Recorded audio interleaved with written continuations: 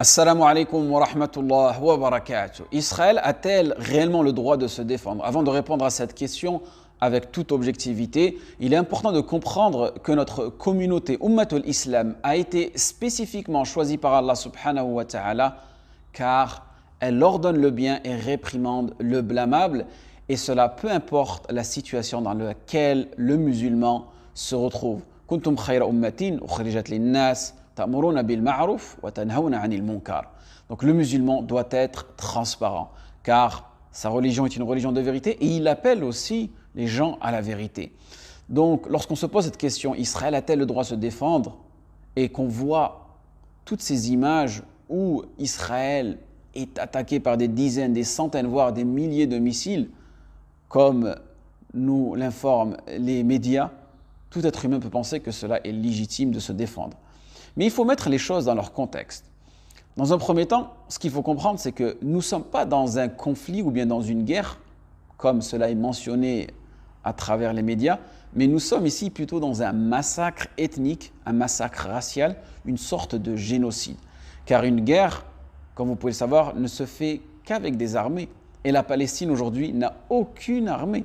En revanche, Israël est appuyé par les États-Unis qui lui ont délivré plus de 38 milliards de dollars en budget militaire, et il dispose parmi les armes les plus puissantes du monde, et tout cela payé bien sûr par les contribuables américains. Face à un pays qui lui vit dans une prison à toit ouvert. Aujourd'hui, Al-Raza, c'est une prison à toit ouvert. Chaque déplacement est contrôlé, sans vous parler des coupures d'eau et d'électricité en permanence. Et lorsqu'ils se défendent avec des pierres, ça dérange plus ou moins personne. Mais lorsqu'ils utilisent des missiles, alors là, ils deviennent des terroristes. Une deuxième question qu'on devrait se poser aussi, pourquoi Israël devrait se défendre finalement? Car elle a provoqué l'exil de millions de Palestiniens à travers le monde, et qu'elle substitue chaque territoire, chaque jour, par des colons acharnés. Et bien pire que cela, ils sont prêts à sortir les personnes qui refusent de quitter leur domicile, comme on a pu voir dans le quartier Sheikh Jarrah. Donc imaginez-vous aujourd'hui qu'un sioniste vienne toquer à votre porte et vous force de sortir de votre domicile, du domicile de vos parents, de vos grands-parents, de vos arrière-grands-parents. Quelle serait votre réaction? Et n'oubliez pas que lorsqu'on prend aussi un peu de recul, depuis 1948, qu'est-ce qui se passe? C'est une Palestine qui se vide et un Israël qui se remplit. Mais malheureusement, on est manipulé. Allah subhanahu wa ta'ala dit aux Juifs وَلَا تَلْبِسُوا الْحَقَّ بِالْبَاطِلِ وَتَكْتُمُوا الْحَقَّ وَأَنْتُمْ تَعْلَمُونَ. Et ne mêlez pas le faux à la vérité, ne cachez pas sciemment la vérité. Donc Israël n'est pas en train de se défendre, mais continue son offense, continue d'attaquer, de massacrer, elle continue son génocide, car ces bombes ne tombent que sur des enfants et des mamans et des personnes âgées, malheureusement. Car son but n'est pas seulement de coloniser la Palestine, mais une grande partie du Moyen-Orient. Car après Israël, l'étape suivante sera le grand Israël. Et tout cela se trouve dans leur plan sioniste. Et elle utilise aussi une guerre médiatique sur les réseaux sociaux, et tout cela avec, bien sûr, l'appui de ses alliés.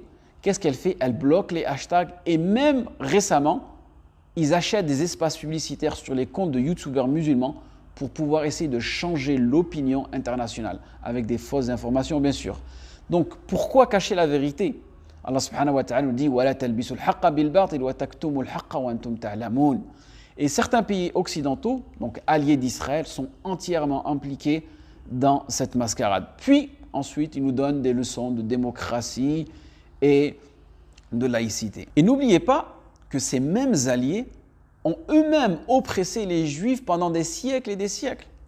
La France est le pays qui a déporté les Juifs plus d'une dizaine de fois dans son histoire, alors que les Andalous, Al-Andalus et Al-Uthmaniyoun, les Ottomans, eux, accueillaient les Juifs. Donc ne vous laissez pas manipuler par les médias, car vous deviendrez vous aussi des victimes d'Israël, vous serez déstabilisés et vous douterez de vous-même, et c'est ce qui arrive à beaucoup de dirigeants musulmans et non musulmans, wal'iyadu billah. Car il ne faut pas oublier que cet État Israël, et personnellement j'ai honte de dire Israël, car Israël, paix soit sur lui, était beaucoup plus noble que ça. Israël, alayhi salam, qui est Yaqub en langue arabe et Jacob en langue française, Allah subhanahu wa ta'ala nous dit dans le Coran Kullu ta'am kana hillan li bani Israël illa ma harrama Israël ala nafsi. Et Israël dans ce verset-là, c'est Yaqub. Donc cet État-là, qui est un État policier, tout simplement pour surveiller les intérêts des Américains au Moyen-Orient, une police de 10 millions de personnes au milieu de 400 millions d'Arabes qui crée la terreur et qui provoque la terreur. Et si vous lisez l'histoire, et comme vous pouvez savoir, de toute façon, l'histoire, elle se répète à chaque fois, seulement les termes changent. C'est les Occidentaux qui, à chaque fois, viennent chez les Orientaux pour soi-disant leur ramener la paix, mais en vérité, ils créent le terrorisme et la terreur. Et comme vous pouvez savoir, c'est seulement les appellations qui changent à chaque fois. Donc, parfois, c'est les Alliés, parfois, c'est les Croisés, parfois, c'est l'ONU, parfois, c'est les Occidentaux. Mais le plus triste dans tout ça, à part la course au pouvoir et la course au territoire, et aussi à faire leur démonstration de force, nous montrer leurs meilleures armes, qu'est-ce qu'ils font? Ils tuent, massacrent des pauvres innocents, toutes confessions confondues. Car parmi les Palestiniens, n'oubliez pas que vous avez des musulmans et aussi vous avez des chrétiens. Et pire que cela, la plus grande partie des victimes sont des enfants. Et même les femmes enceintes ne sont pas épargnées. Plus de 3000 enfants ont été tués depuis les 20 dernières années. Et aussi, n'oubliez pas que les sionistes éduquent leurs enfants dès le plus jeune âge à haïr les Arabes et rendre leur sang licite. Et de plus, cela fait partie aussi de leur aqidah, de leur dogme. Et après cela, nous entendons des personnes vouloir nous donner des leçons d'antisémitisme, comme d'habitude, une grande mascarade, une grande manipulation. Donc, pour conclure, à votre avis, pourquoi ces gens-là font la guerre? Est-ce que c'est vraiment pour la liberté? Est-ce que c'est vraiment pour le bien-être du monde? Tout simplement, c'est pour le pouvoir, pour le territoire. Et comment est-ce qu'on fait la guerre? Tout simplement en utilisant les peuples, en utilisant leur religion. Mais pas n'importe quel aspect de la religion. L'aspect interprété selon leur politique pour tout simplement légitimer leur pouvoir et leur occupation. Et c'est pour cela que toute personne qui a le pouvoir de dénoncer tout cela doit le faire au maximum pour ne pas être manipulé et pour pouvoir vivre dans un monde meilleur. Waffaqakumullah lima yuhibbu wa yarda. Assalamu alaikum wa rahmatullah wa barakatuh.